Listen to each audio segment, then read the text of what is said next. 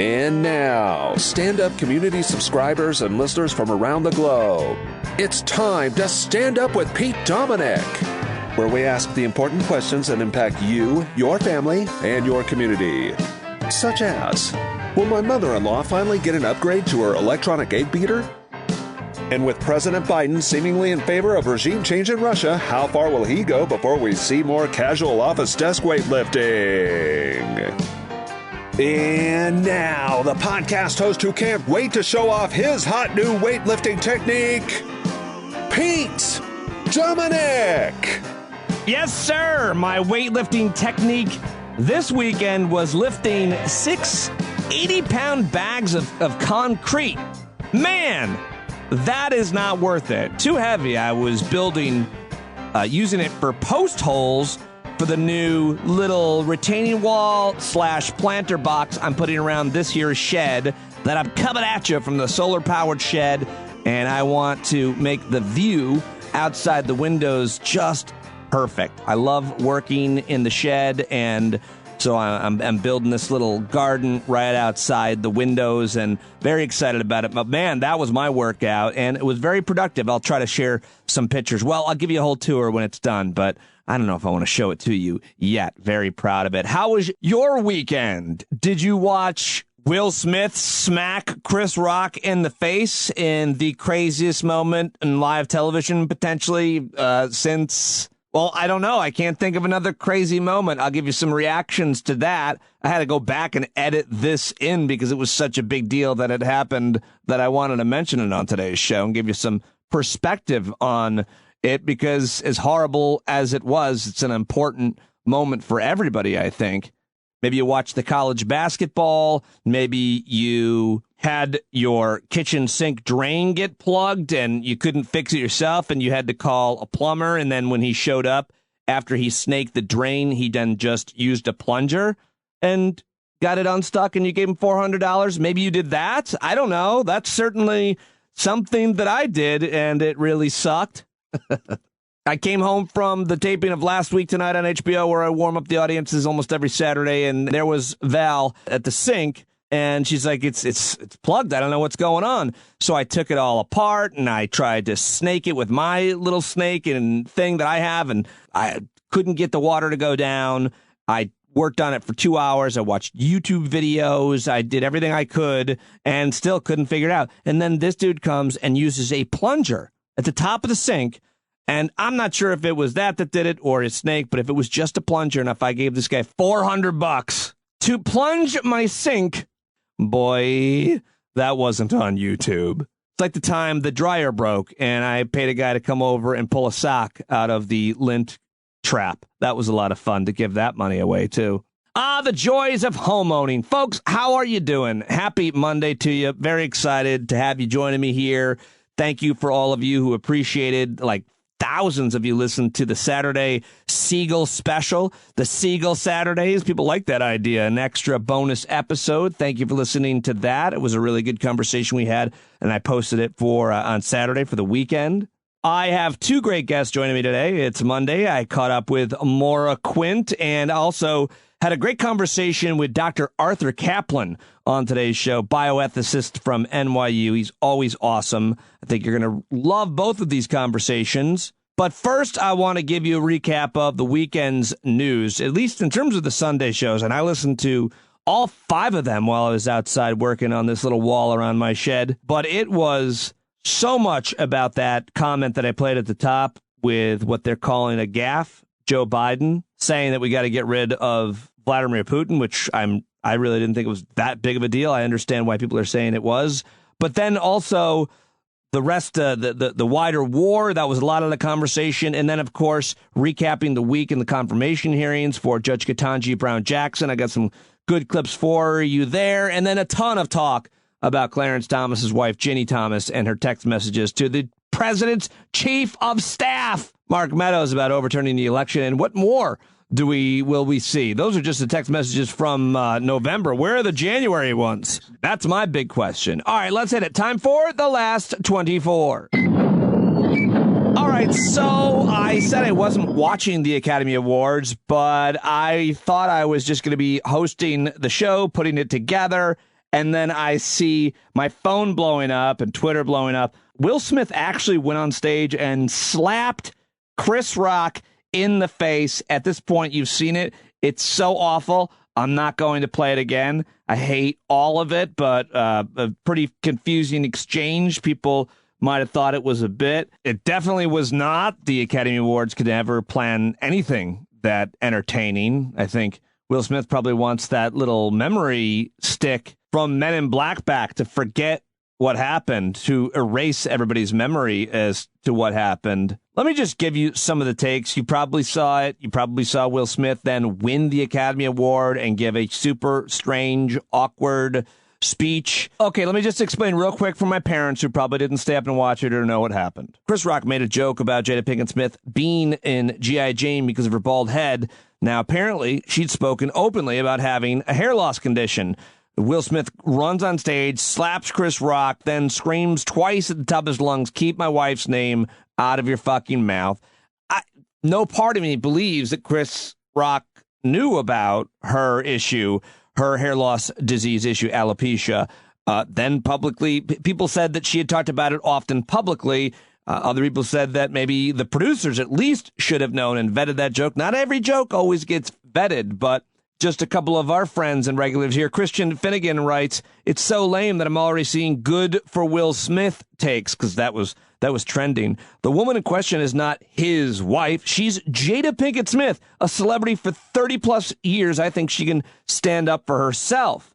Bill B in D.C. "Okay, I'll say it. He had to know Chris Rock couldn't and wouldn't hit him back. It's weak, showy, macho bullshit.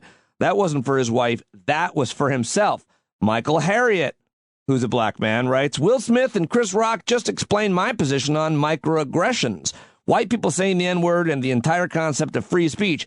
Everyone should have the absolute right to say whatever they want, but you can't then restrict people's reactions to what you said." I don't know about that. I mean, I understand anybody wanting to punch somebody. I feel that way a lot, but there are laws against it. And there's a difference. I mean, I've told my daughters, if you ever call a black person the N-word, I think they should punch you in the face. You should get punched in the face. I've said that to my kids, but that's not this. You might say, well, it's worse to be specifically disrespectful to a man's wife or a person's spouse at all, their child. Sure. Yeah, I'm sure that's exactly how Ted Cruz feels about Donald Trump, whose ass he still kisses. But this was a comedian who he's definitely friendly with, who he'd made jokes about before, who is also black, making fun of another black man's wife at an entertainment show, making a joke, and probably, like I said, didn't know about her condition. But even if he did, Will Smith and Jada Pinkett are two of the most successful people in all of Hollywood, white or black. And so everybody has always known that if you're at the top, people are coming for you. Some of my take. Push back if you like it. I'd love to hear yours. What else do we have? Whole bunch of people thinking when you watch it in slow motion that they were both smiling, and so that there's a conspiracy theory already. It's just like America, or just social media. I'm sure it's everywhere at this point, where some people are defending Will Smith, some people defending, obviously feeling terrible for Chris Rock, and then other people believing that they were in on it together. Another person wrote, "Love will make you do crazy things," because quoting Will Smith in his Oscar acceptance speech. But somebody smarter said, "That's not love, that's ego." I agree with that. Shannon Watts of Moms Demand Action Against Gun Violence writes, "This violence is gross and toxic. You could show anger using your words. If Chris Rock were a woman, Will Smith would be arrested. Shameful." Quoting that, someone wrote, "Normalizing violence as an act of manhood in defense of your woman as a solution to your problem is part of our current state of societal stress. Anger is a human emotion, and it's normal. It's also normal to defend loved ones, but this shows only the worst ways to do it." The fact that Will Smith wasn't immediately escorted out of the Oscars is a question a lot of people have. They're going to have to explain that. Wajid Ali quoted that headline as, "When you're a star, they let you." A lot of people with a similar reaction to that. Conservative Fox News personality, old friend of mine, Will Cain, writes, "Will Smith isn't a victim. That wasn't standing up for your woman. That wasn't chivalry. Alopecia or not, that's not being able to take a joke about G.I. Jane 2. That was insincerity and shame about something else. He was compensating, and it was weak." Well, at least he's not telling people not to get vaccinated, Will Cain. Will Cain calling Will Smith weak is interesting. And finally, Will could have salvaged it. I mean, my point is he could have apologized, and it would have been, I think, an amazing moment. But he couldn't do it. He didn't do it. I mean, frankly, the whole thing was bizarre because one man assaulted another man. In any other situation, the man who committed the assault would be thrown out. But in this case, he was up for one of the most important awards of the night, so they kept him there, and then he won it. I mean, how about this from Sophia Nelson to wrap it up? Words are not violence, no matter how much some of you want to make them so. Words are words. They may hurt you, but they only break you if you accept them as true. America is an immature, weak nation, and Will Smith proved that to be so in real time tonight. One more. Janae Nelson. I know we're all still processing, but the way casual violence was normalized tonight by a collective national audience will have consequences that we can't even fathom in the moment. All right, well, let's move on to some of the other subjects that were talked about on the Sunday shows, including, like I said, the Putin's invasion in Ukraine, recapping the confirmation hearings, Ketanji Brown Jackson, and, of course, Ginny Thomas's texts. The wife of a Supreme Court justice texting the chief of staff. I mean, listen, this is the story that is certainly not going away anytime soon. I'm sure we're going to see more texts. Here's some reaction from that. First, Senator Amy Klobuchar, who's on the Judiciary Committee, talking to Jonathan Karl on ABC's This Week. You saw those text messages from Ginny Thomas, Clarence Thomas's wife. I want to read just two of them. One on November 6th, she said, "Do not concede. It takes time for the army who is gathering for his back." And then on November 19th, "Sounds like Sidney," meaning Sidney Powell, "and her team are getting inundated with evidence of fraud. Make a plan, release the Kraken, and save us from the left taking America down." I mean, my goodness. Jonathan, the facts are clear here. This is unbelievable. You have the wife of a sitting Supreme Court justice advocating for an insurrection, advocating for overturning a legal election to the sitting president's chief of staff. And she also knows this election, these cases are going to come before her husband. This is a textbook case for removing him, recusing him from these decisions. And I don't think, all I hear is silence from the Supreme Court right now, and that better change in the coming week, because every other federal judge in the country, except Supreme Court justices, would have a guidance from ethics rules that says you got to recuse himself. Thomas himself recused himself in 1995 from a case involving a school because his son was going to that school. Justice Breyer recused himself when his wife was on the board of an entity, and that case came before the Supreme Court. Okay, and if he doesn't recuse himself? The entire integrity of the court is on the line here.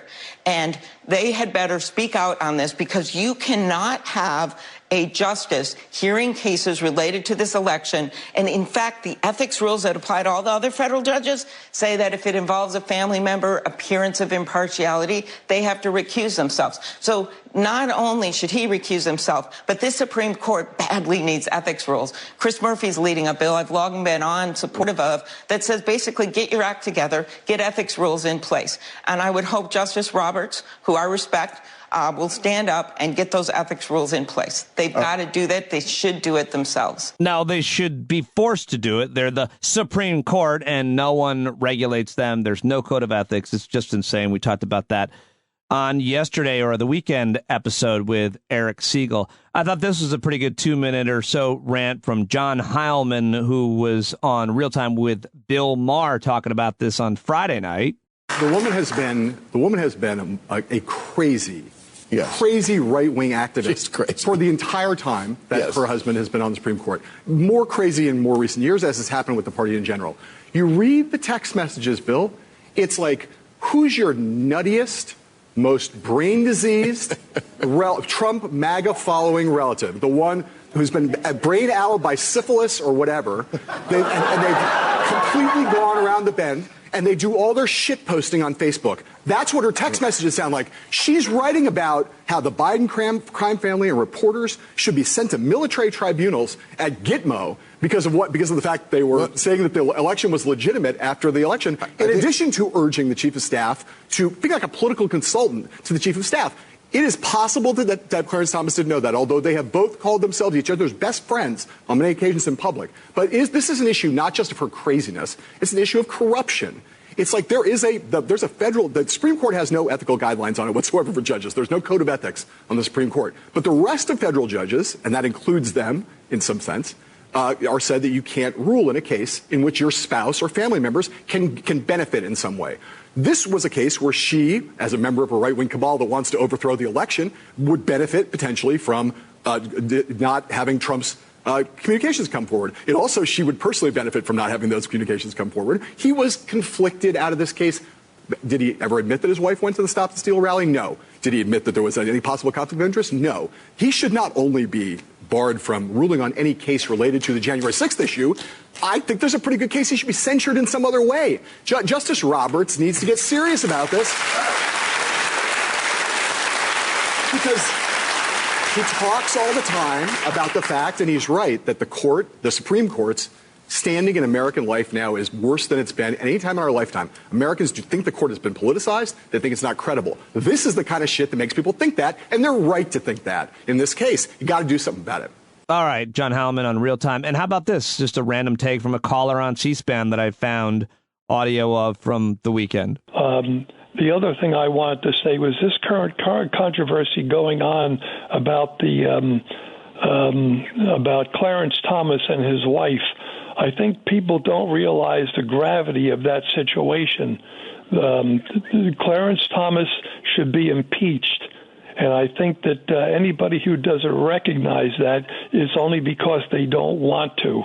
All right, that's like Eric in Maine on C-SPAN. But one more from this issue here. Earlier, we heard Jonathan Karl asking Amy Klobuchar a clip. Here is his take when he was asked by another colleague of his on ABC News. Ginny Thomas, the wife of Supreme Court Justice Clarence Thomas, now under scrutiny for alleged communication that she had with the Trump White House about overturning the 2020 election. There were text messages there. How likely is it that she will be called to testify, and what impact could this controversy have on her husband? Well, the texts are really alarming. I mean, she actually condemns Mike Pence for not acting on January 6th to overturn the election as well.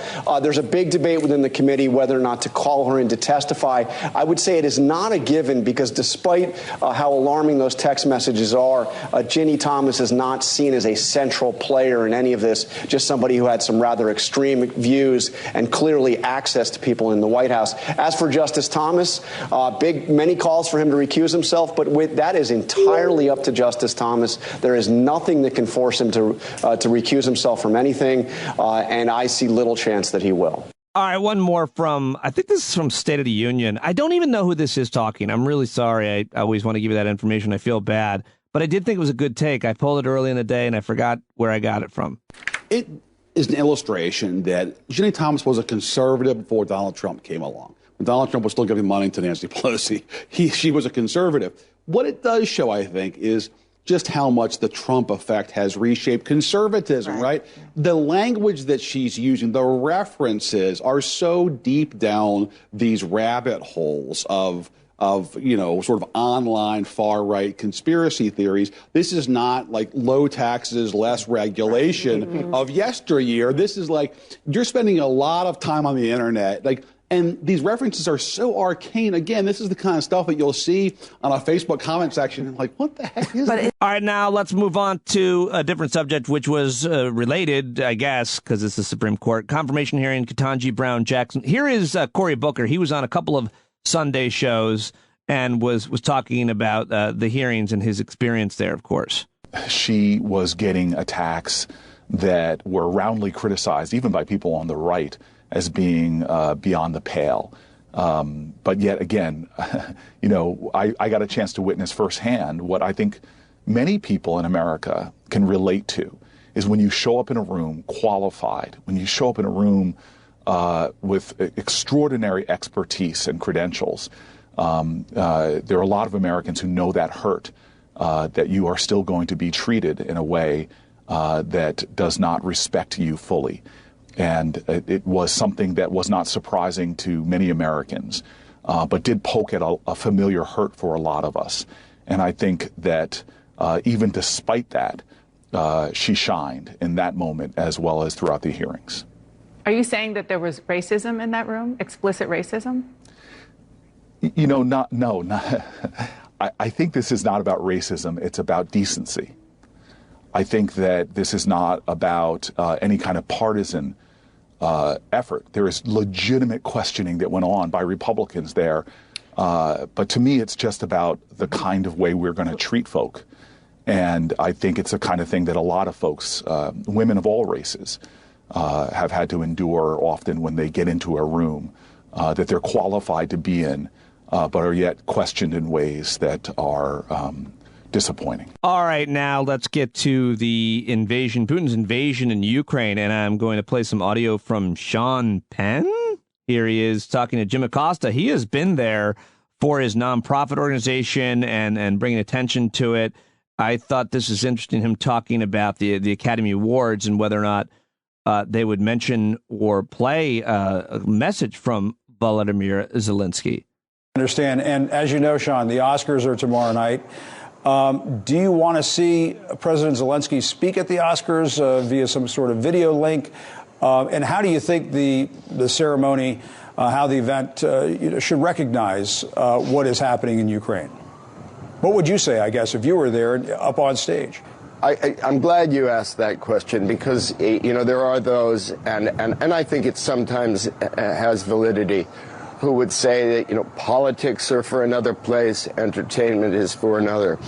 I believe that anyone, as an audience or a practitioner of film, that understands what that expression is, that to restrict it to just film is to say it can't be on television, it can't be on the stage. To restrict it to any of those is to say it can't be embodied within a human being, that kind of nature of poetic courage and expression that film aspires at its best to be.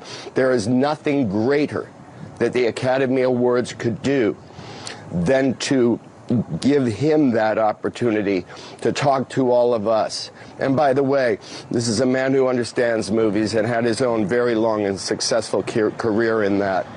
Now, it is my understanding that a decision has been made not to do it. That is not me commenting on whether or not President Zelensky had wanted to.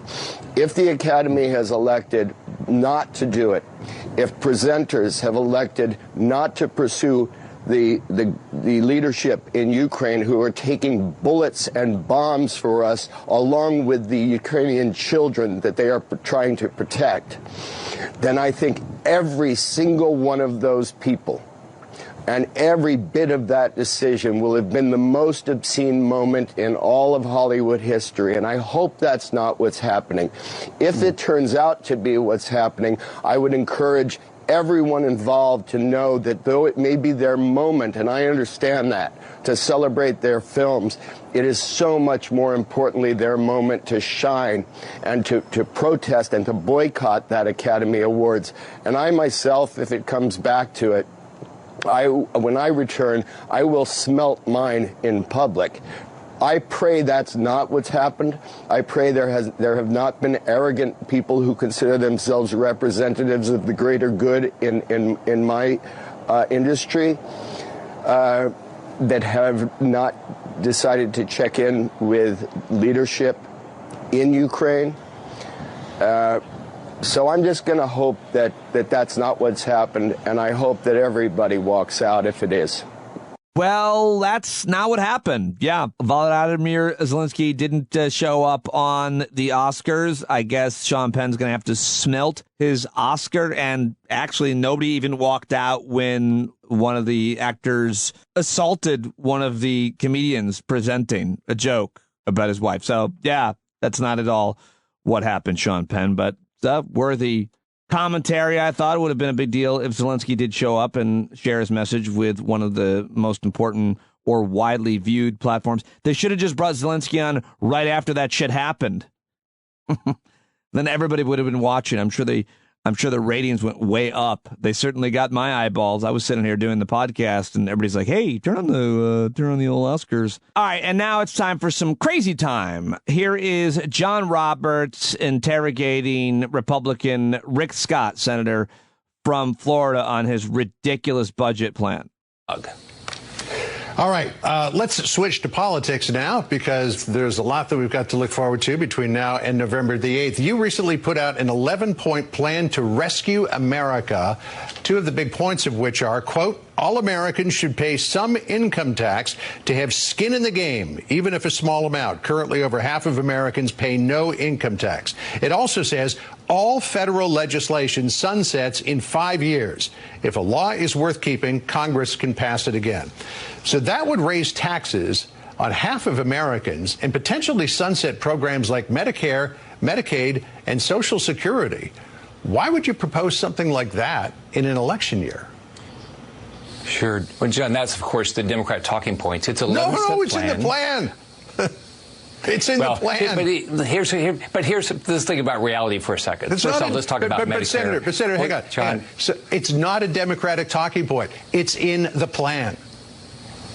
And also in the plan, it says we ought to every year talk about exactly how we're going to fix Medicare and Social Security. Here's what's happening. No one that I know of wants to sunset Medicare or Social Security. But what we're doing is we don't even talk about it. Medicare goes bankrupt in 4 years. Social Security goes bankrupt in 12 years.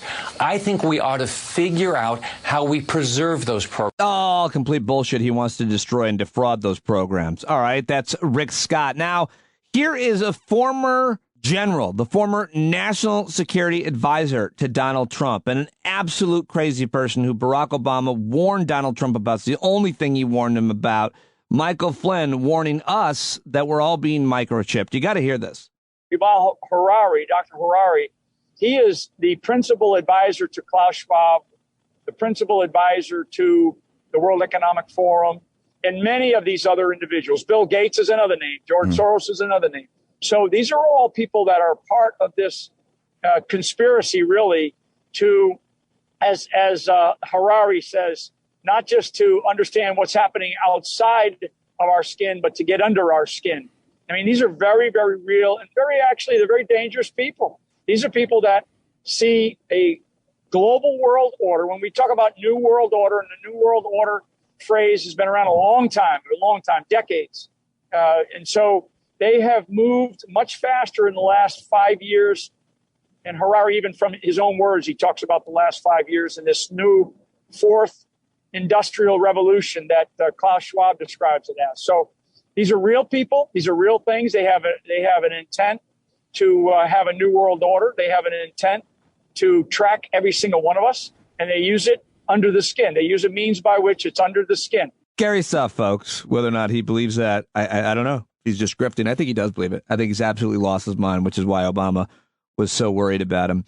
And Donald Trump held a rally apparently over the weekend. And don't worry, I'm not going to play any of Trump. Apparently it was weakly attended. It wasn't very well attended. But Shel Walker was one of the people who spoke. He's running for Senate in Georgia. And he is really sick and tired of CTR.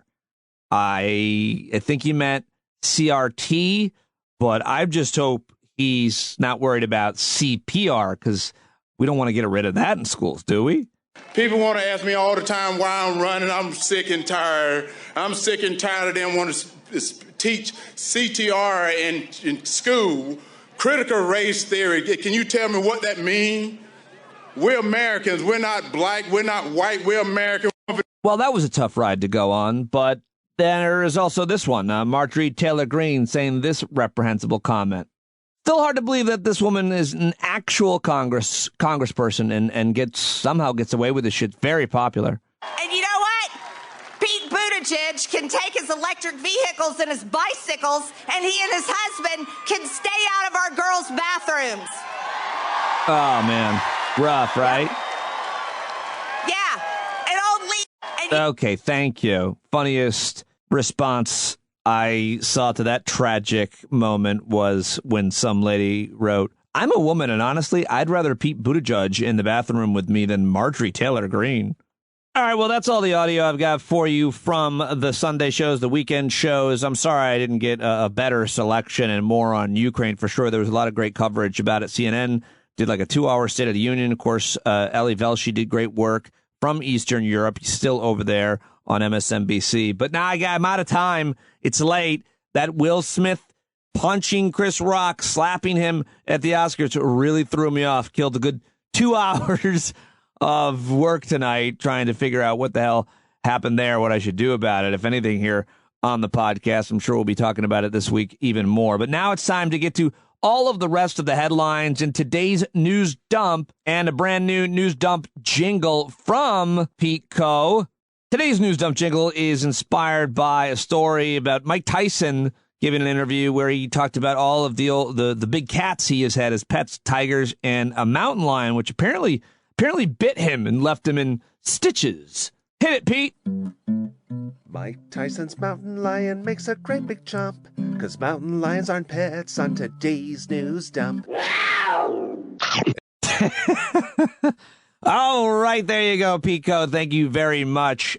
Ava, my daughter, will join us in a moment to give us the good news story here at the end. But first, let me get to all of the other headlines that might be undercovered. Let's start in Colorado, where authorities are ordering at least 19,000 people to evacuate amid wildfire. Fires tearing through Boulder, Colorado, spreading through at least 123 acres of land, leading authorities to order the evacuation of at least 19,000 people from 8,000 homes. Wildfire started Saturday afternoon, and the National Weather Service said dry, gusty winds will support critical fire weather conditions across large portions of Texas, New Mexico, and eastern Colorado through Sunday. This fire comes after January's Marshall Fire, which tore through more than 6,000 acres in northern Colorado, including beautiful Boulder County. California grocery workers are voting to authorize a strike. Thousands of Central and Southern California workers have voted to authorize their union call a strike against several supermarket chains. About 47,000 workers at hundreds of Ralph's, Albertsons, Vons, and Pavilions voted starting last week, and the results were announced Sunday. I've never been to any of those stores, but good for them. The Black News Channel is shutting down, unfortunately, because there's a lot of really great people there, including my friend Naira Hawk. The 2-year-old venture failed to meet payroll and lost the backing of its biggest investor just after their biggest ratings week ever of the coverage of the hearing of nominee Judge Ketanji Brown Jackson. Oh, you're never going to believe this headline out of Albany, New York. The former bishop of the Roman Catholic Diocese of Albany has acknowledged covering up allegations of sexual abuse against children by priests, in part to avoid scandal and protect the reputation of the diocese. Howard Hubbard is his name. He made the admission during a deposition taken last year as part of a response to dozens of claims filed under New York's Child Victims Act. The judge ordered the deposition to be released on Friday. Hundreds of victims have sued the Albany Diocese over sexual abuse they say endured as children, sometimes decades ago. And read that story at abcnews.com. The male birth control pill found to be 99% effective in mice. I probably shouldn't be reporting this story, but I thought it was a fun headline. A new male contraceptive was found to be 99% effective when tested in mice. I say I shouldn't be mentioning it because it's a test in mice. And, it's just a good headline. I shouldn't be buying into it. I'll ask Dr. Carroll about that one. How about that? Currently, there are no approved male birth control pills on the market. I have a lot of jokes about this, but I'm just not going to make any of them. I'm so sorry. El Salvador has declared a state of emergency amid a spike in gang killings. That's a pretty awful headline. Bill Gates is saying that rich nations should move to 100% synthetic beef to fight against climate change. Wow, that is quite a thing for him to say, or anybody to say. He's going to be savaged for that comment. All right, well, that's all of the headlines I have for you. But wait, there's one more. It's a time for Good News with Ava Dominic. Hey, Ava. Hi, everyone.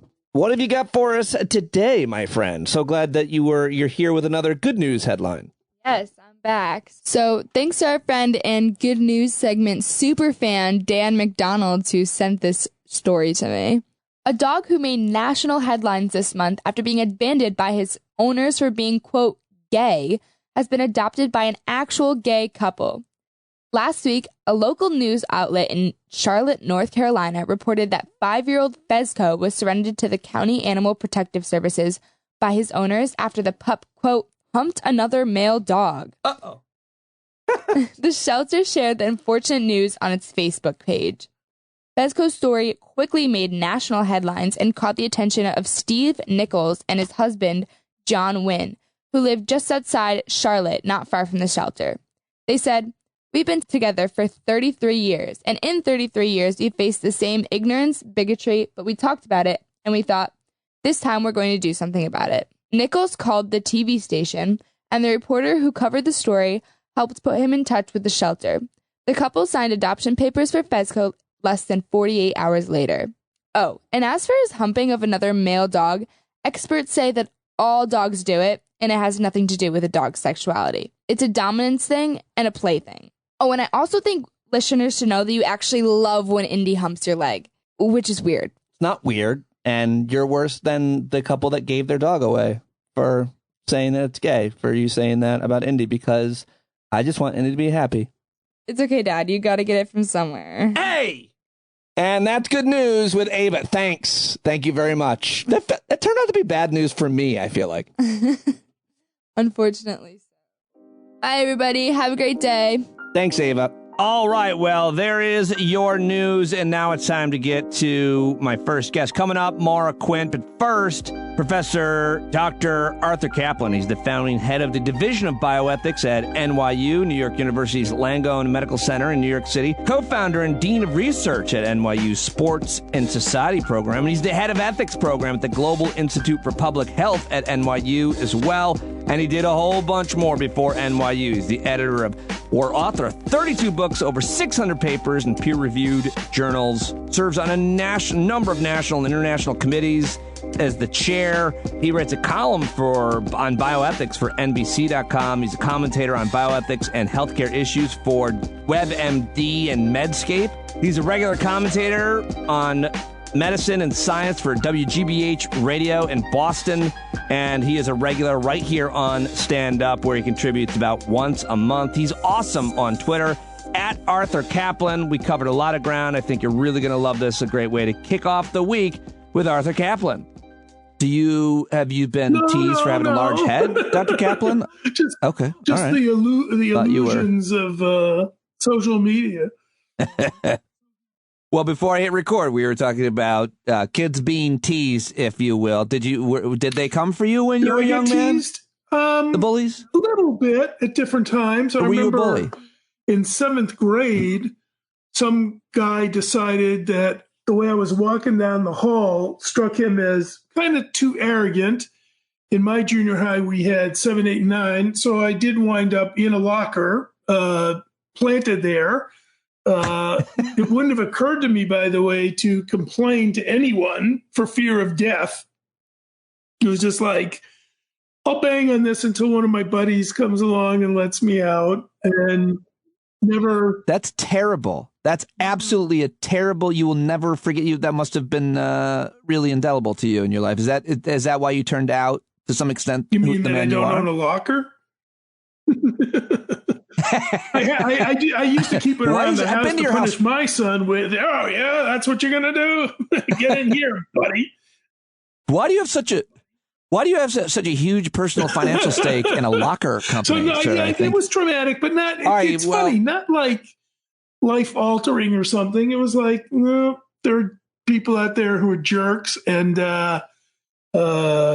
it's something that I'm going to have to deal with. I didn't go back and do, as you see on the YouTube videos all day long, if you bully this guy, wait till you see what happens. You're going to catch it from Clint Eastwood or Steven Seagal. Someone's going to come in and make things. No, that didn't happen either. And my friends basically said, you are kind of a jerk. I don't know if you walk around looking arrogant, but, who's to say you don't deserve to be stuffed in the locker? So I'm like, okay, thank you. However, I did, and something does occur to me. I did show this guy, whose name I don't remember anymore, from the 9th grade. I showed him just yesterday. I was elected to the Framingham High School Hall of Fame. Now, everybody who's in that honorary select club has been there because they were an athlete. Now, I did have an athletic career at Framingham High outside of Boston, but not one that would get me in the Hall of Fame like these other people who went to the high school who wound up playing minor league baseball or had a 5-minute spin with some pro soccer team. I wasn't at that level, but I am the first one to go in on achievements outside sports. Now that's something. So I know that 9th grade guy is just thinking, hey, I was wrong. He's actually Judge Gorsuch. So he's, but he went to the same high school as Brett Kavanaugh. So he's already that high school a little bit. That was one privileged little crowd there that he emerged from. Talk about a lack of diversity on the court. It's like they always talk about Ivy League schools, or they talk about, I guess, Catholics and Jews are the only ones or something. But these two white straight guys went to the same high school. I got How another about story that? Listeners will be utterly fascinated by talking about diversity. In my high school, and we're all the way back in the sort of late 60s, I played on the football team, and it was roughly about 50% African American. There weren't 50% African Americans in Framingham. What happened was, and you may remember this, Pete, that they had busing. So people were getting bussed out of Boston to the burbs. And what my high school did was they said, oh, okay, then just send us male athletes. And so we had this pretty good football team, but it was, of course, the locals began to get a little unnerved when dating began to break out between some of the, shall we call it, white female residents of the school and these intruders. But you only send out African-American males, I think you're going to set the stage for some. They're only sending us the best-looking, most athletic, attractive men. No ugly black men, just the sexiest. They're tempting our. Well, did you hear the senator from Mike Braun from, is it Indy, which I forget, it doesn't matter. He said he was asked in an interview if he thought that states should be able to decide on interracial marriage. And he said, yes, that should be up to states. And he walked it back later, but he said it. What's wrong with a little anti-misentigation or whatever the term was they used to use for interracial marriage? It's a throwback view, no doubt about that, good old days. But anyway, it was clearly, I lived through that era when it wasn't a joke, when people were absolutely flipped out about interracial dating. Well, we're back. We're back. It seems in some ways that we are back. But let me get to some bioethics with you, because we're going to go off on these for a long time. And it's one of the reasons I do love your Twitter feed, is that we get all of Arthur Caplan, not just bioethics. And I always love venturing away from your expertise, too. But since you are one of the most respected in your entire field, I want to ask you several questions. Specifically, I just wanted to get your take on your very controversial views on the war. I don't know if they're controversial. On the Putin's invasion into Ukraine. There's a bioethics angle here, or more than one. You've written 2 articles over at Medscape about this. One is about Russian physicians, and the other is about the pharmaceutical industry. So take them however you want them, because I think this is a really interesting, important point that not many people are making. As soon as I realized that the way we were going to have the West, rich countries, support the Ukraine was by financial boycott, it occurred to me pretty early, a couple of weeks ago, that one of the key industries that ought to be boycotting was the pharmaceutical industry.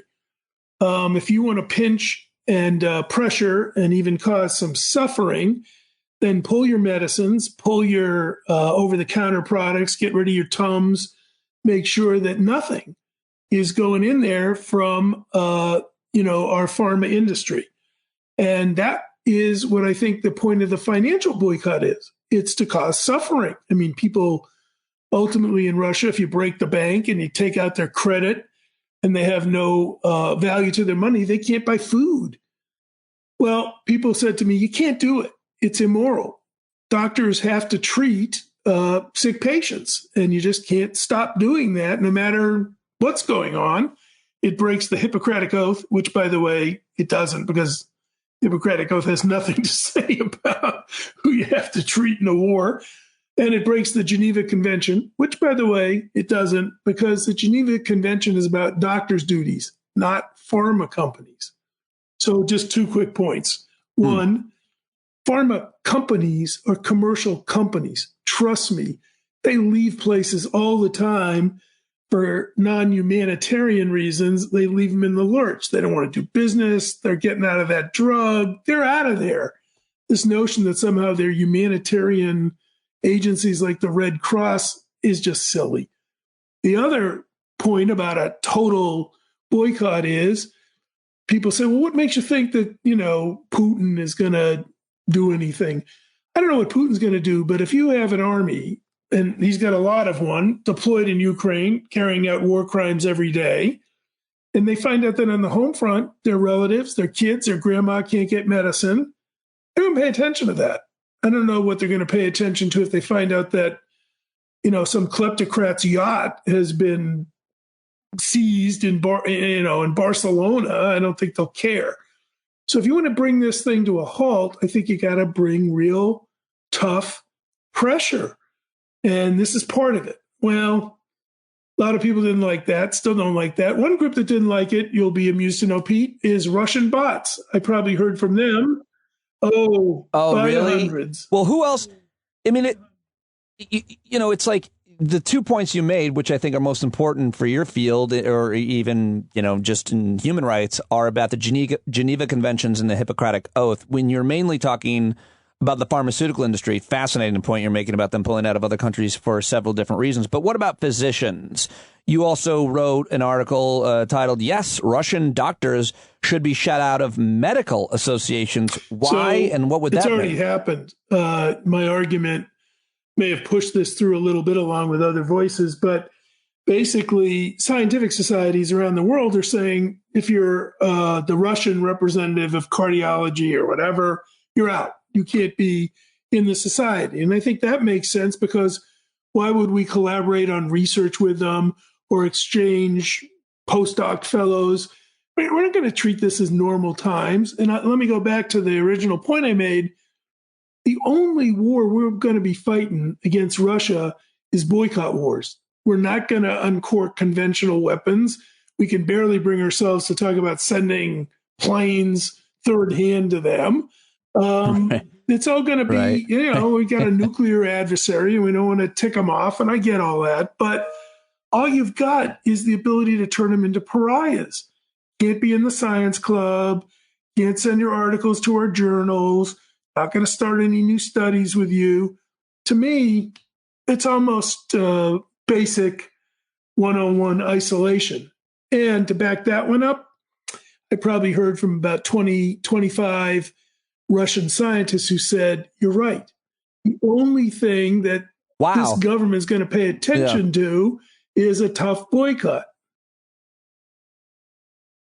That's really interesting. I do think you went too far when you wrote, I also think they should open the hatch on the U.S. space station and kick out the Russian cosmonauts. How do you defend that statement? If you're going to do that, you probably at least should realize that they've already been penalized by no McDonald's and no Starbucks. So, they're worth, they know about suffering. Right. Yeah, what do they have to return to is your point. Yeah, one company they might as well stay up there. In case anybody doesn't know that Art Caplan understands the rules of improv, I tell you now, he did not say that, but he does understand yes and. Okay, so the other really big issue that's super important, that obviously there's a bioethics approach, but there's everybody in medicine, or certainly public health approach, which is we've just cut funding for COVID. And that's because, of course, COVID is over, just like every other future or potential threat is over. And so we don't need any funding. Why do we have any submarines? Why do we have an army? Why do we even have ambulances? Art, right now, there is no threat that I need an ambulance. Oh, wait a second. I need an ambulance. Help me understand why this matters and why it should be a much bigger deal. A scale of stupid, where 0 is very smart and 100 is really stupid, this is like a 125. I mean, it's so ridiculous. You've got 1,000 people a day, 1,000 still dying of COVID every day. It didn't go away. Plenty of unvaccinated people, plenty of people in risk groups can't vaccinate, and they're still dying. They're not swamping the hospitals anymore, so it's not making headlines. But, when you have 4 airliners crash a day every day, you'd think maybe you'd not want to abandon expenditures for COVID. Congress keeps saying, well, now that it's over, we all took our masks off. Art went back to his fine dining experiences in Manhattan, and Pete is out, mining gold in Rockland County or whatever the heck he's doing up there. But he's not worried anymore about hanging out with others and being in social groups. So we don't have to spend anymore. The virus is still here, still percolating along. Couple of basic things you want to do is keep surveillance going, keep efforts at vaccination going. We're not going to pay for either of those. And I mean the happy topic of things like monitoring sewer water. That's where you see viral loads, and if they're going up or down or something's new or coming back, we're really just going to say, no, I don't care anymore. I'm not going to monitor for the next viral outbreak. It's over, and that was bad, and we don't want to do that anymore. Other big complaint, we have these new pills. I may have mentioned them here before, antiviral pills. They kill the virus, but you got to take them within 5 days of having symptoms. Okay, that means you need to have testing. If you can get these pills to people and they get tested and they're positive, you can wipe out the virus. That's, by the way, how we managed to get a handle finally on HIV. We don't have a vaccine, but we have pills. I don't know what the drugs are going to cost, but they're not going to be free. Nobody bought them yet like we did vaccines, so the companies can charge what they want, and I'm sure it will be not tiny. You got to pay for testing, and you got to have a lot of it. Pete, did you get your U.S. government issued tests, COVID tests? Did they come to your house? I did. I think so. I think we got them. My wife is in charge of that. I think we picked them up. These would have been at the mailed school. to you if you had registered. You had to register online. I did, and it took months. And I now am in the possession in my house of 4 free tests. Okay, that's nice. I have 4 tests.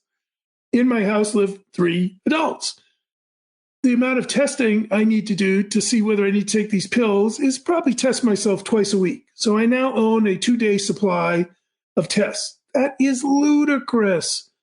Got to have free testing, easy testing. Don't cut back on the expense. But we are disarming in the face of a pretty likely nasty enemy that's going to come back and bite us again. And it's immoral. It's just so unethical. Horrible. Let me talk about another issue related, obviously, to COVID, which is related to this. What did we learn to prepare for the next time? There's a lot of conversations in the public health community about what went right, what went wrong, and a lot went wrong. And to be fair to everybody, this was their first time for most people.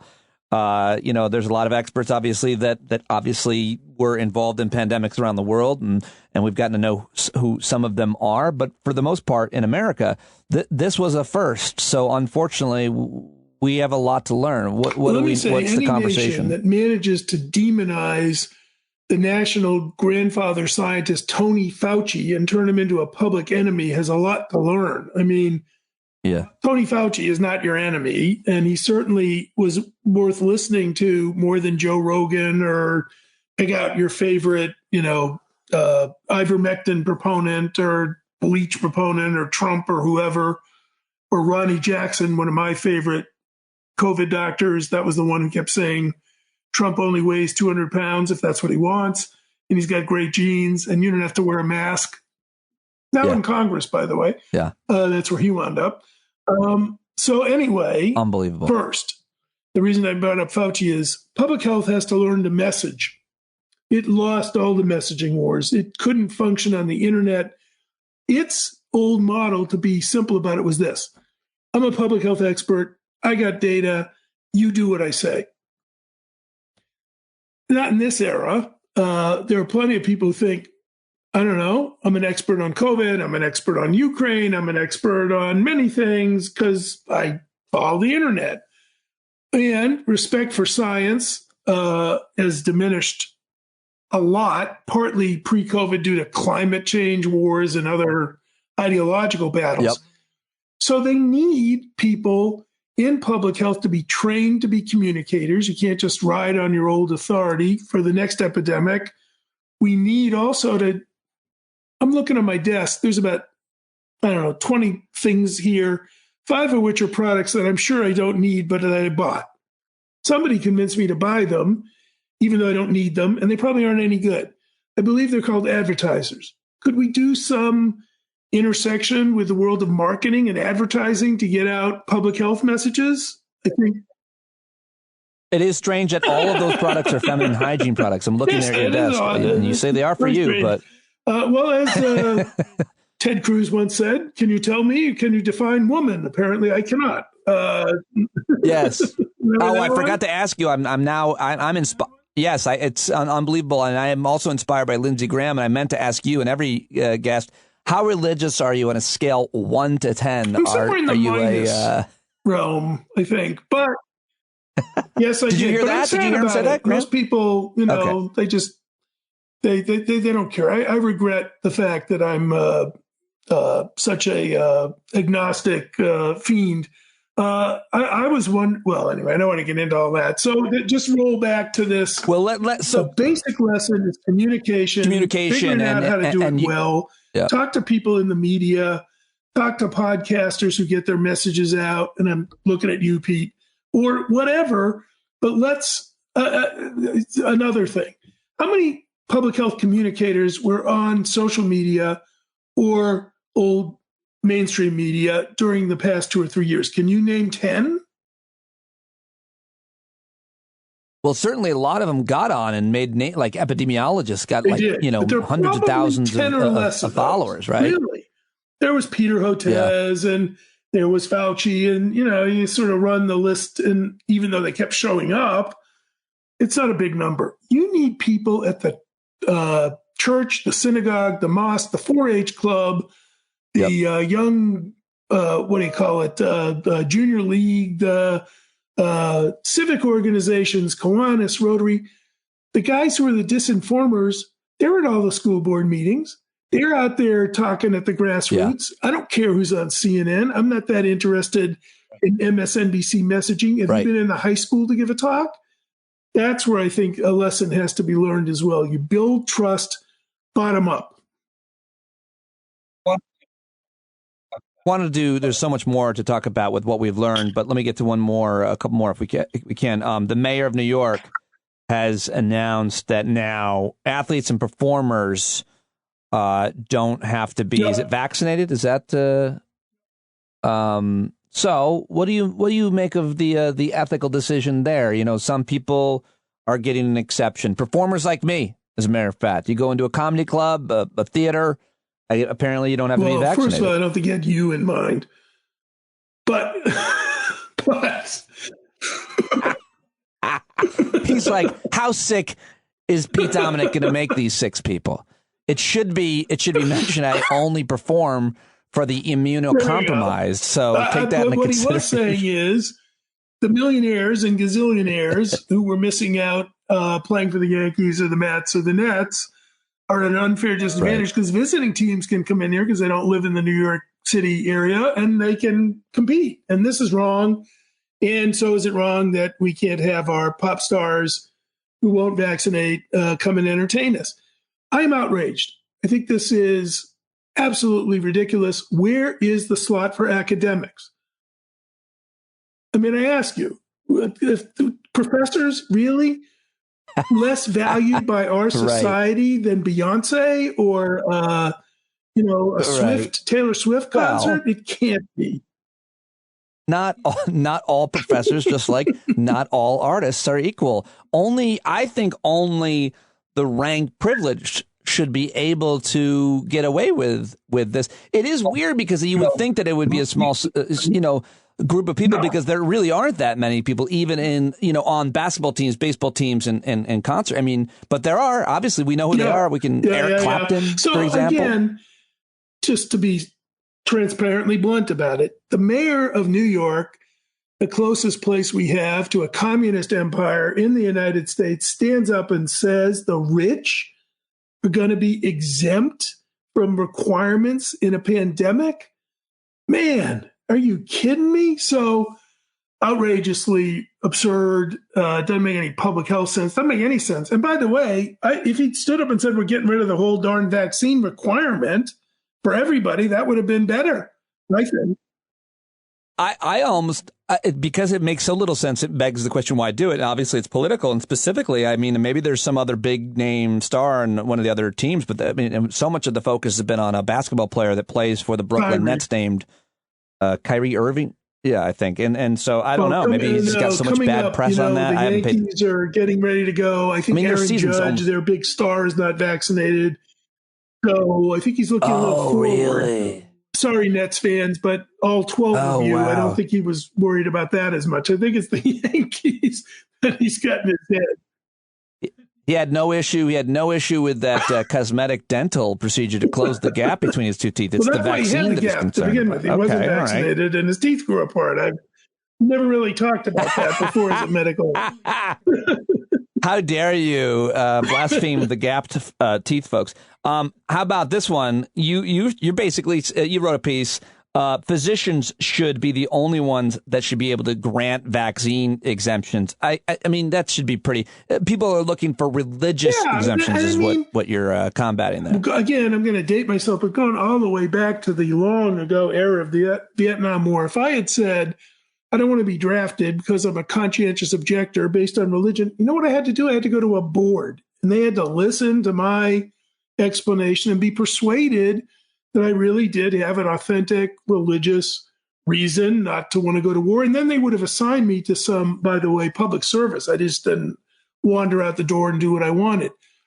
Today, anybody can have a 15-minute conversion, say, oh, yes, well, I'm in the religion of people who don't like vaccines, and wander out. It is a lazy society that basically is afraid politically to take on vaccine resistance. Of course, you should have a doctor's excuse to get exempt from vaccination. Let me add, in a plague. That's what we're talking about.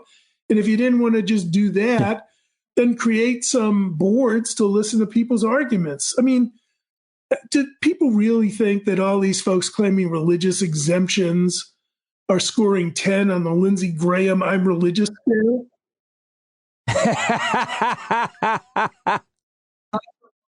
Do we have time for one more about genetic testing? I'll tell you what this is quickly. We have a lot more genetic information popping up to use in doing genetic testing of fetuses and newborns. And let's just look at the fetus side of this. So we always could do some genetic testing, but it was pretty limited to things like Down syndrome. Many people who got that diagnosis ended the pregnancy. Now, due to better science, we're starting to be able to detect other, let's call them serious genetic conditions, albeit rare ones. So companies are out there saying, you got to get tested. Meanwhile, in many, many parts of the United States, you aren't going to be able to end the pregnancy for any reason. So what is the point of all this testing if the only option you have with a severe genetic condition in a fetus is to end the pregnancy? It's to make money for the gene testing companies, but what they don't say is, and by the way, it's not like we have medicine. It's not like we have therapies. Normally what you do is you say you get that rare disease, maybe you want to consider not having that baby. And I'm not even defending the choice, but for those who would make that choice, they can't. The country is basically not only abandon women with unwanted pregnancies, it's abandoning families that face, hard choices about kids that might not live too long if they got born. So well said, and such an important issue. I'm glad we fit it in. Art Caplan, you're an American treasure. I can't thank you enough for your time. Always appreciate it. Hey, thanks for having me. And there goes the good doctor, one of the most respected bioethicists in the country, Dr. Arthur Caplan. Please thank him for joining me here on Twitter. He loves the Twitter at Arthur Caplan, Caplan. Go do it now. And that was great. Funny, smart, thoughtful, honest, vulnerable. Love that guy. I love her talks. I love them. I hope you do as well. All right, well, now it's time to turn to my Monday conversation with Maura Quint. She, of course, is the director of the Americans for Tax Fairness campaign. She's also the co-founder of Tax March. She contributes to The Onion, Words at McSweeney's. She's contributed to The New Yorker, and so much more. She's amazing on Twitter, at Behind Your Back. And we covered a lot of ground, as we always do, on our Monday conversation. So without further ado, the co-host of your so-called book club podcast. I should mention that Maura and I taped right before the Oscars started, so obviously Will Smith hadn't slapped Chris Rock yet. And we talked over a video link, and she drops just a couple times, but sounds, I think it's fine. If it bothers you, let me know. If ever the sound bothers you at all, I can always do better. If this was in any way intolerable for anybody, let me know. standupwithpete@gmail.com. But I think we do a pretty good job. All right, let's do it. All right, here we go. It's time to talk with Maura Quint, Maura Mondays. I can't even believe that you're talking to me when you could be watching the Academy Awards. Are you not an Academy Awards watching person? Hi. I just wanted to find out what you were wearing. That's why I showed up here. What are you wearing, Pete? This is an Old Navy pullover. Wow. Yeah. This is really wonderful. You know, you don't see a lot of men pulling that off, right? Could you do a little spin for us? Can you do a little spin? Nobody ever wears anything. I love it. You can't. I mean, I can understand why somebody might want to watch the red carpets or the show itself. I just can't. I have very little interest. I'll watch like the clips, maybe some of the highlights, maybe. You? Yeah. Oh, no, look, it's not just the Academy Awards. I'm all about clips of everything. If someone could just clip my life and I didn't have to go through it and I could just like get through the end of the day and they're like, here are the highlights of what happened. That would be perfect. That'd be great. I'd be like still lying in bed, just looking at my phone, being like, look at that dumb bitch doing that. All right, next. That's how I want to live my whole life in clips. It's not untrue in terms of, well, that can't happen. But it is true that we're becoming a clip society to some extent. I'm contributing to that with the podcast, the way I do the news and stuff. But I like to think we're still having long form conversations. But I think it was Mark Cuban. He owns like the Dallas basketball team. And he said, the future is sports in clips. And I don't watch sports, but I watch the clips of the game, the highlights of the game. That's what I like. And I think you're actually onto something. Do you know Red Zone? I've only learned about this past year, which is just like they're constantly cutting to like this game. Here's a highlight from something that's happening or that just happened. And here's a highlight from this game that just happened. They're just showing you the scores, basically the scoring moments and like those highlights, but constantly. Yeah, it's insane to me. I call it sports spasm. Like you're just sitting there having a sports spasm the whole time. It's just like you're just shaking as you kind of watch highlight after highlight. That's how most people are watching the games. But the thing is, I've got a point here. I've got a thing is. Okay. All right. So, because it seems like a bad thing that we're taking everything in clips, right? Like we're not going in depth on stuff, or I don't know. But basically, there's just too much. The world is too big and we have access to too much of it. The thing is, there's just not enough time. You can't actually get invested in everything that you have access to be invested in. You can't just, take in everything. So it's nice that we have this opportunity to like get little highlights and know about a lot of things and have this sort of jack of all trade experience. I think that's it's wonderful, actually. And then you can set aside time to deep dive into the things you really care about.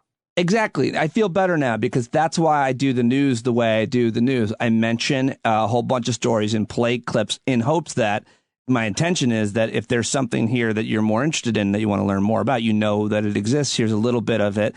And I like your point. I think that's true. Those are great points. It actually makes me feel better for watching clips. Now back to, will you watch highlights and clips of the Academy Awards?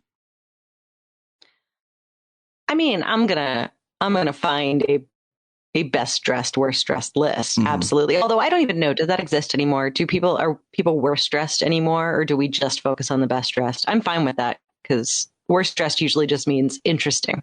Oh, right. Yeah. Right. I don't Doesn't know. it? Like, was that like a Joan Rivers thing? And when she died, no one could be mean anymore? maybe. I just feel like we don't have, like, I don't even care. I don't really want to see worst. It doesn't mean anything to me anymore. Right. I did, like a while ago when I was much younger, it was like, ooh, it was kind of catty and bitchy and it seemed fun. And now it's just like, it doesn't have that same joy for me. It's just kind of like, look, these people tried really, really hard. And maybe they did something interesting, or maybe they didn't. And I just want to see the pretty clothes that I can afford. And I don't need your judgment added onto it. I don't know. Maybe it just become too soft.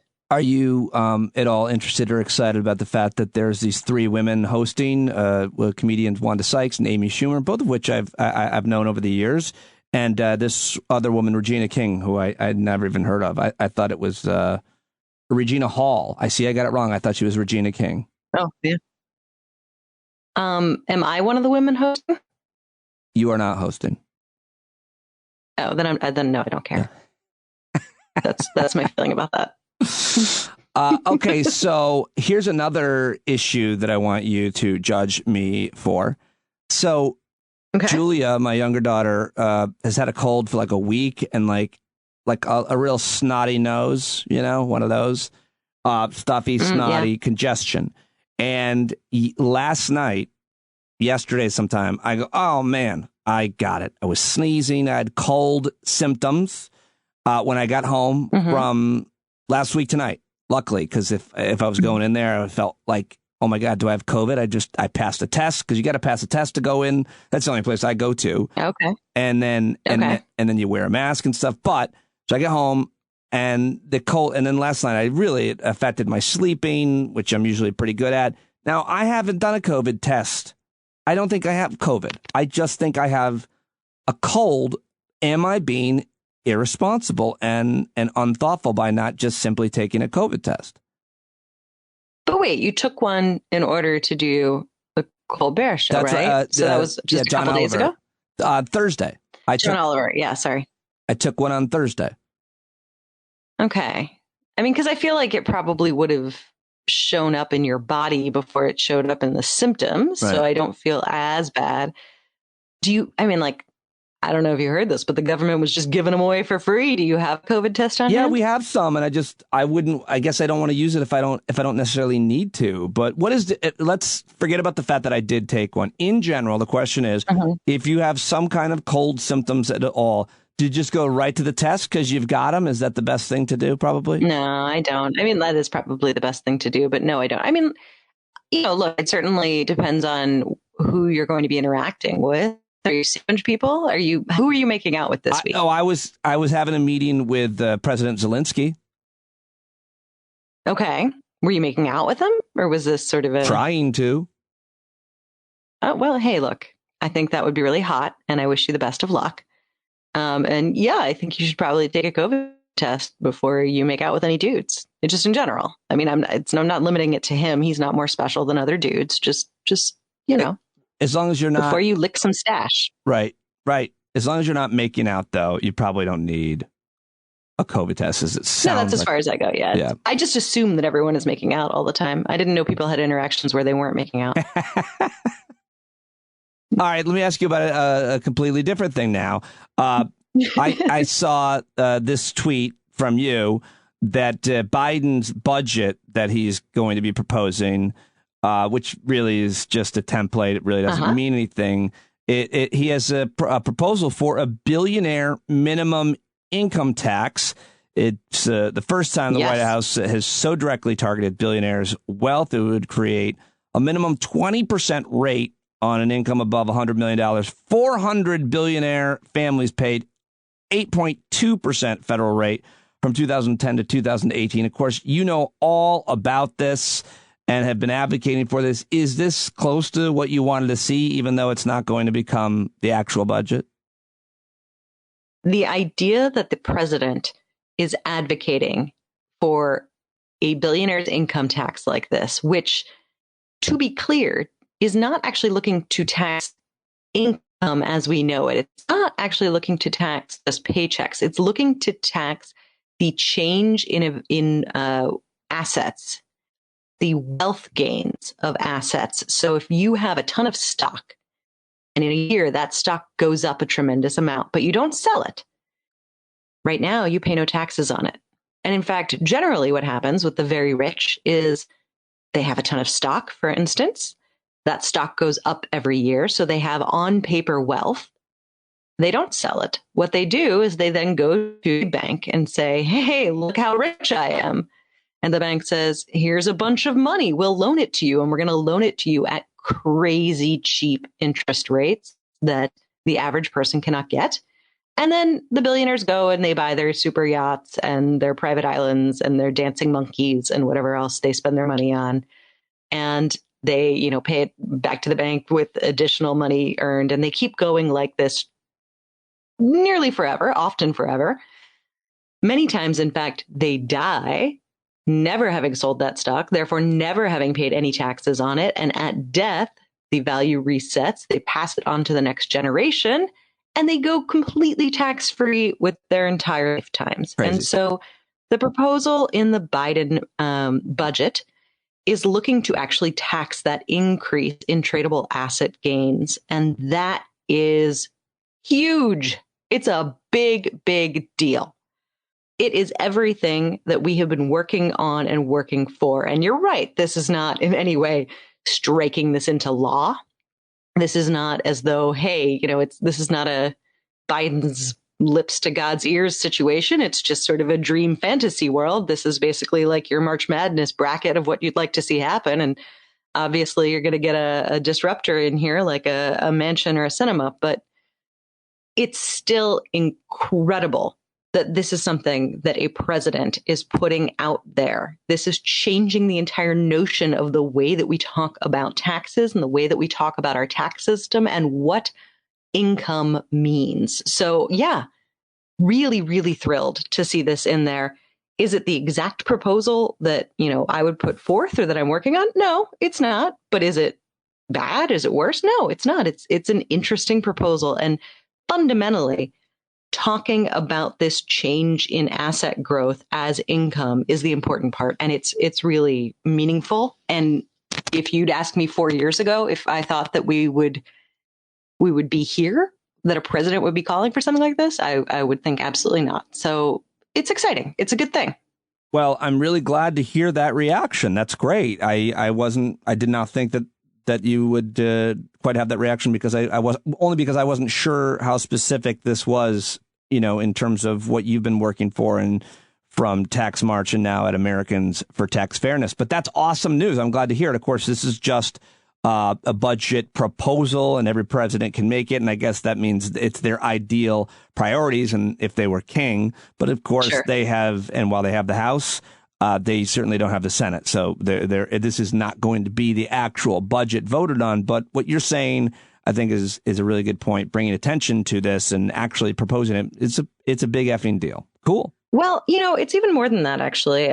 So for a while, we've been working on Wyden's proposal for the billionaire's income tax, which works a bit differently. It's not the exact same mechanisms. It's actually looking to tax fewer people than Biden's proposal. And it's at different rates and everything like that. But the billionaire's income tax was getting pretty close to being included in whatever Build Back Better was going to be. And it's gotten a lot of support generally. And there's been a lot of back and forth with Manchin and even Sinema. And there's, tacitly some approval. And we thought we got pretty close. And so this is a really great signal for the additional negotiations to come that Biden is on board with a tax like this. And that hopefully will continue to boost the momentum of something like Wyden's billionaire's income tax. Maybe not specifically Wyden's, maybe a different proposal in that same vein. There's a few that are being floated at the moment, but still the idea that this has growing momentum. I mean, it's been a zombie legislation. We've counted it out as dead a couple of times, and it keeps coming back, and that has been really exciting. So this is a good boost for that. It's a nice thing. I am thrilled. one more thing along these lines I wanted to ask you about, Maura, which is you shared this tweet or story about Applebee's, the restaurant. An internal memo came out where they basically, and I read this whole email, this whole memo, made the argument from the corporate office at Applebee's that higher gas prices are great for business because most employees live check to check, and hopefully they can start lowering their wages again. And it's not like you didn't know that the corporate office of any restaurant is constantly looking at how to increase profits, knowing that labor is the primary cost for almost any company. That's where you're probably going to, try to fiddle around the edges, whatever, a few bucks here or there per hour at a place like this. But I guess to see it so spelled out in an actual memo, in an email, the labor market is about to turn in our favor. What can you do? I just thought this is an undercovered story in a way. And I did see a lot of people being asked, would you ever go to Applebee's again? And a lot of people like, no, whatever that means, like a Twitter poll. But what do you want to say about these dirtbags? Well, so it was certainly pointed out to me that this is not a national memo. This was the memo from an individual who owned several franchise locations somewhere in the Midwest. So no, I mean, but he still owned a fairly large amount. I don't know. He owned more than one, certainly. But it really doesn't matter to me because this is very much the attitude that is prevalent throughout all of these corporations. So whether it's coming from, a mid-tier executive or a high-level executive, they're all coming from that same sort of place. And it's just, to me, a consistent reminder. We have this, we don't, you and I don't, but societally, we've built we've structured society with this sort of notion to allow markets to kind of dictate the way that we pay people, or we've really gone off course, and it's just a reminder that this stuff really has to be regulated because left unchecked, people are going to try to boost their own wealth at the cost of everyone else, and you have to have things like a better working minimum wage. I mean, the fact that we have to have a minimum wage at all should make it quite clear that we can't trust business owners to just, take care of people or try to ensure that people can have a life or any sort of be able to afford any sort of cost of living. We have to regulate these things, and we have not kept up with the demands of what people need. We got to raise the minimum wage by a lot. Really well said, just in terms of having laws and regulations, or else people are going to cheat, especially in business. I mean, in athletics, you got to have referees, you got to have guidelines, and people still cheat all the time. Do they cheat? Much less in business. And so it's very well said about just the need for heavily regulated economics, especially in capitalism. If we have to continue to suffer through it, then you're going to if the goal is to make more money all the time, then you got to put rules on it or everybody's going to get fucked. Markets. That is true. And they are getting completely fucked. It's really funny, by the way, how we use getting fucked as both a good and a bad thing. It always fascinates me because you say getting fucked and it always means a negative thing, right? That means something bad is happening to you. Oh, you're getting fucked by this. Well, and at the same time, all anybody wants is to fuck. Don't fuck me. Don't fuck me over. Yeah.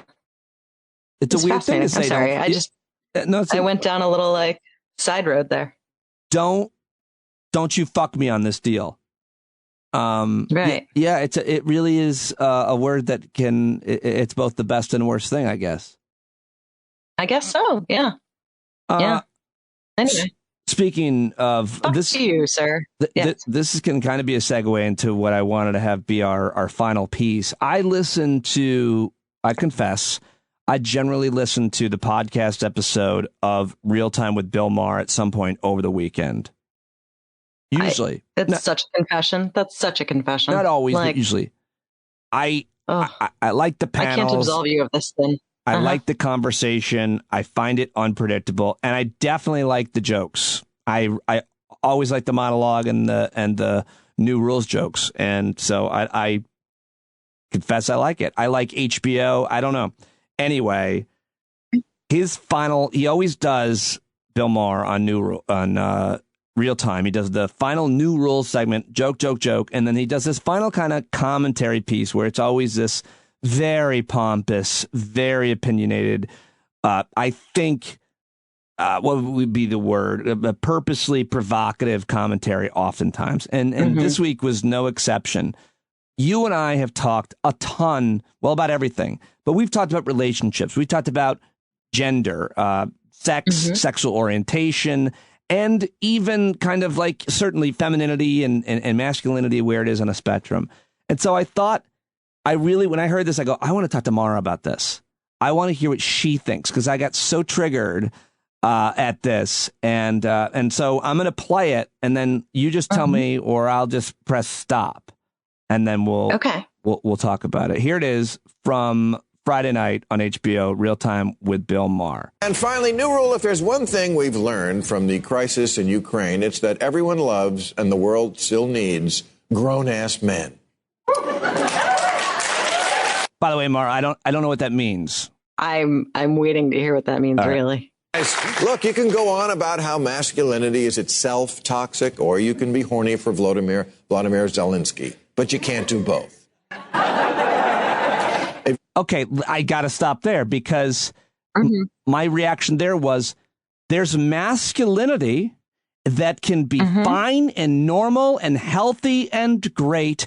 And then that's why we add the word toxic. So can we just split that hair? Right. It's like toxic mushrooms. It's like, but you ordered a pizza with mushrooms? Yes, because some of them can kill me, but not all of them. Right. I assume that whoever's making my pizza is putting the good ones on. But we can split the hairs there, right? On masculinity versus toxic. Yes, absolutely. All right, here we go. You haven't noticed the internet these days is filled with posts like, every woman in your life now has at least a small crush on Zelensky, and there's absolutely nothing you can do about it. If I'm being honest, Zelensky gives me a lady boner. Badassery is sexy as fuck, and I want to bang Zelensky.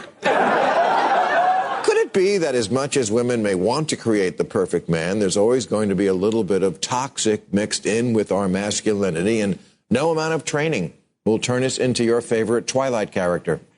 Just, do you want to say anything about that? Like, what is he talking about? I don't even know what he's talking about. Okay. Exactly. All right. Masculinity is like coffee. Even when you decaffeinate it, there's still a little caffeine in there. Okay.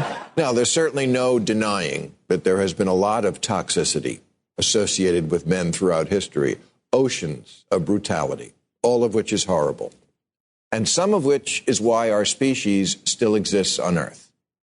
There are brave women fighting in Ukraine, but the images of people fleeing all seem to be women and children, while every able-bodied man in Ukraine is sticking around to fight and maybe die. My thought on that was, and that's always been the case, first of all, the men are fighting because of men.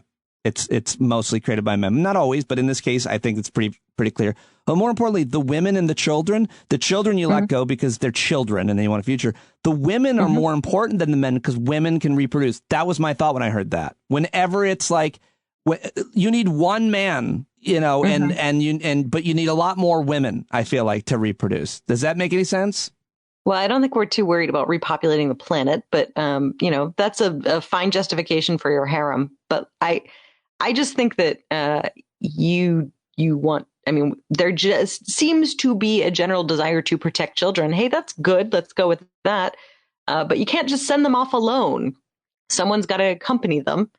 So, yeah, a lot of times that's their moms. But oftentimes it's necessarily talking about repopulating the planet. I mean, like, this is a genocide of the Ukrainian people or whatever. I mean, granted, I'm not talking about the Titanic, women and children. I'm talking about, yeah, of course, you're going to let the women go so they can actually recreate their people and their culture. But whatever. This is the Titanic, women and children go. And it's really just about, when you're talking about getting out of the country to safety, first of all, it's like pause there, because there is this sort of implication that any man has left is like, how dare he or something, which is ridiculous. And there are men who have left as well. And, good for them for getting out. And there are women, plenty of women, who are also staying and fighting. Right. So it's like, it's already, pushing this down into something that it's not, into some sort of pretend essence that's like, because Bill Maher saw a couple of photos. It's kind of nonsense. He's really trying to make this binary but it's never that. But let's listen to a little more, because there's other things that I want to hear your interpretation after his nonsense. It's not always a great advantage being a man. And toxic though we may be, we do sometimes come in handy.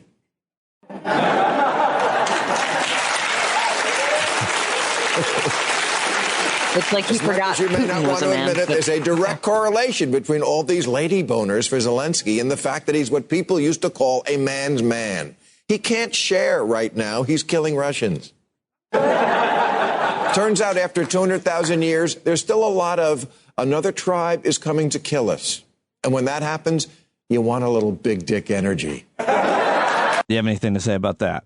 Here's what I have to say about that. Zelensky was a comedian who got into politics, and Bill Maher's just desperately projecting all over the place. Like, oh, see, this could be me. Don't you want to fuck me? I'm basically the same thing. That's what I'm hearing from him. I'm so glad we're doing this. More, please.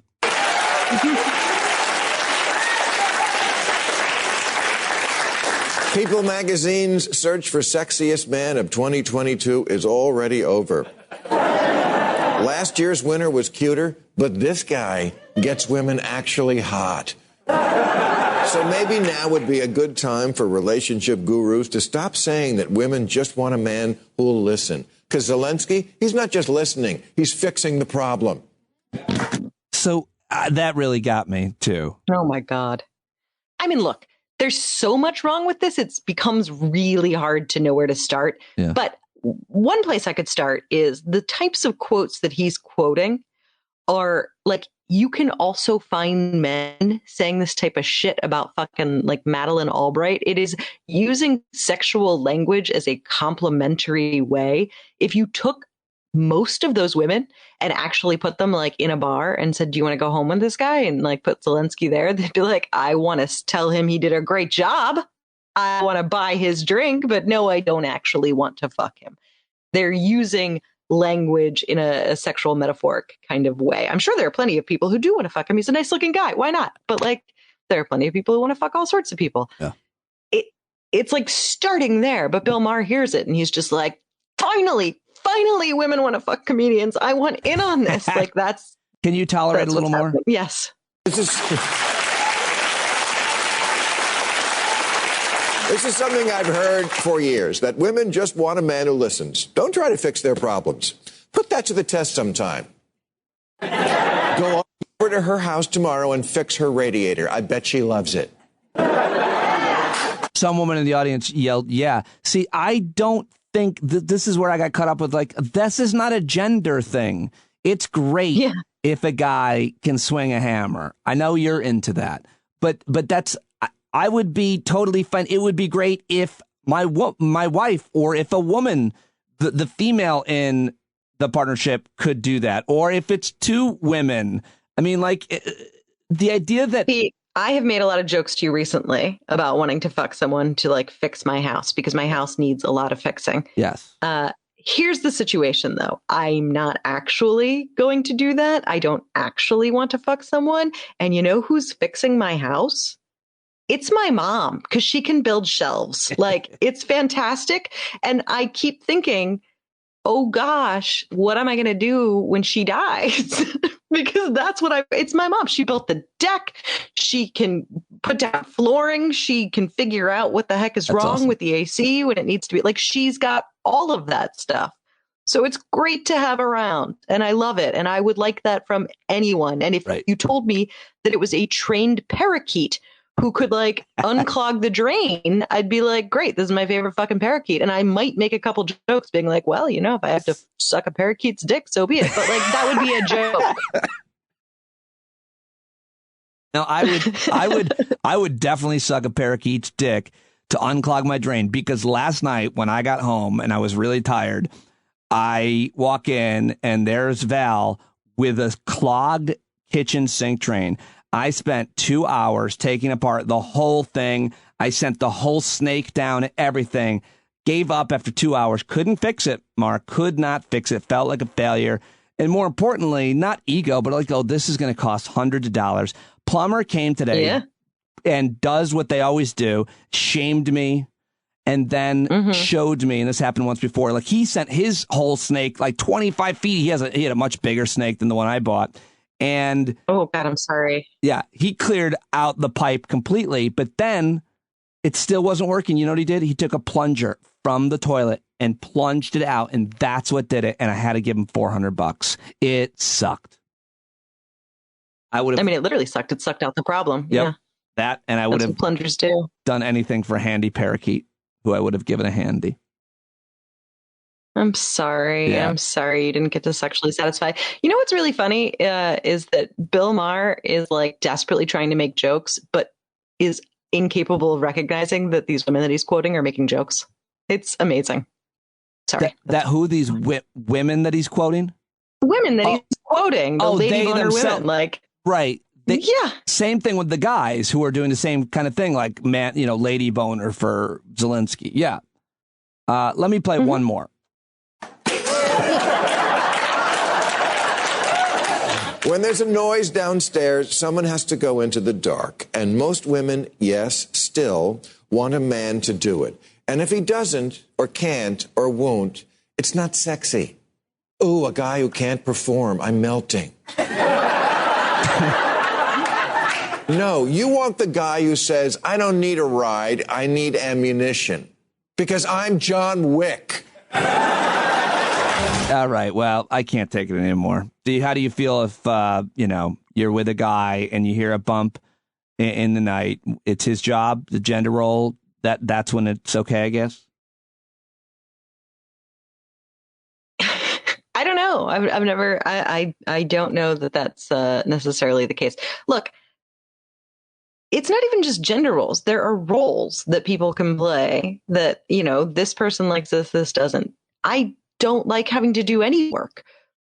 So if I'm dating someone who just wants to do all the work and like it's because it's going to boost their sense of like self, great, even better. Like not only do I get out of having to do any of that shit, I get to be like, cause you're such a tough guy, don't you feel good? And then they get like to feel happy about it. I mean, like, hey, that's fantastic. That's just another way for me not to have to learn how to properly hammer a nail into a wall. But when that's not available to me, it turns out I can hammer a nail into a wall. So, that's fine. I would take it in a roommate too, gender either way.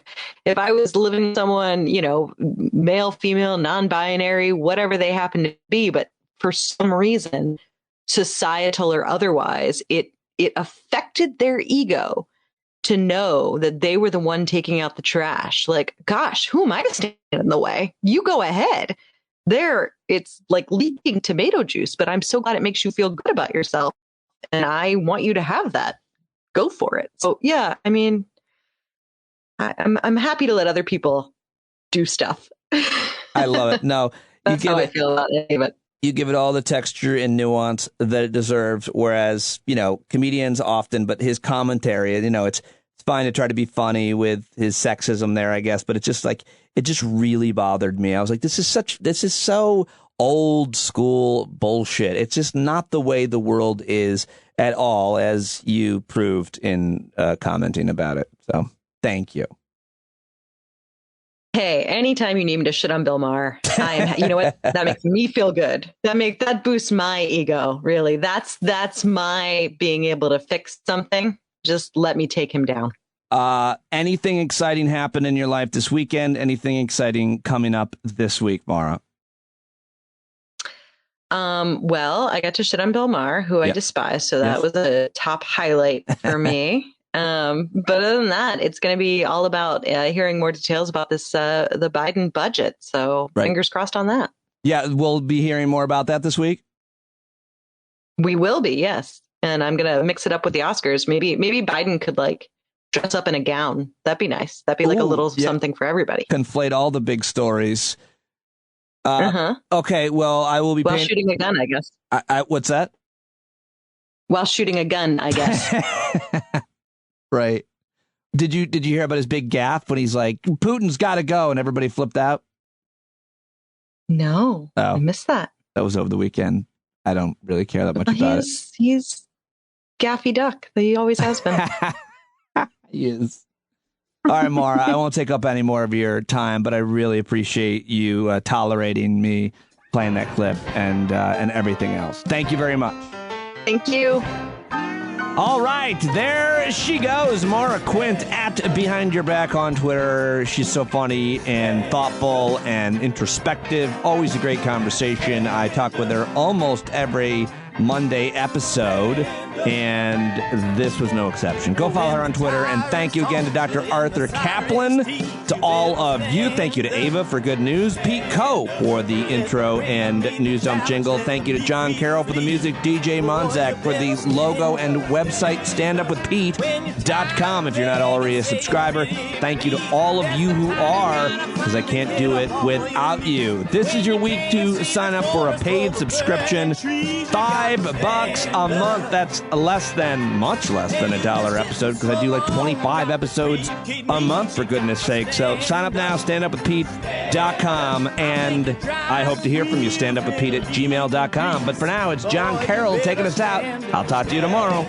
Well, there's a whole lot more of us who know us right. They'll keep right on ignoring us if we keep sitting tight. You got to open up the window to let in some light. You got to stand up. That's right. You got to rise up. You got to stand up. You got to stare the devil straight in the eye. We got to let him know it's his turn to go. See it clear when all you hear is a lie. Don't get up off of your butt, get down off of your fence. And even if it ain't a very friendly audience, well, they'll begin to listen when you start making sense and you stand up. Stand up. No need to point your rifle to defend your town. Just stand up. Stand up. You know they can't deny you what you're laying down. Boy, you better stand up. Stand up. Show your face of every color, yellow, black, red, and brown. She's the place where every lost child will finally be found. There's only one thing to do before we stand our ground, and that's stand up. Stand up. Well, the founding fathers saw a land for all. They had to stand up. They had to stand up. They had a keen imagination for a crystal ball, drawing all the plans of stand up. But all they had to go on was the time they were in, with other causes for laws, and since they weren't even sin, they knew that change was gonna come before the change could begin. They had to stand up.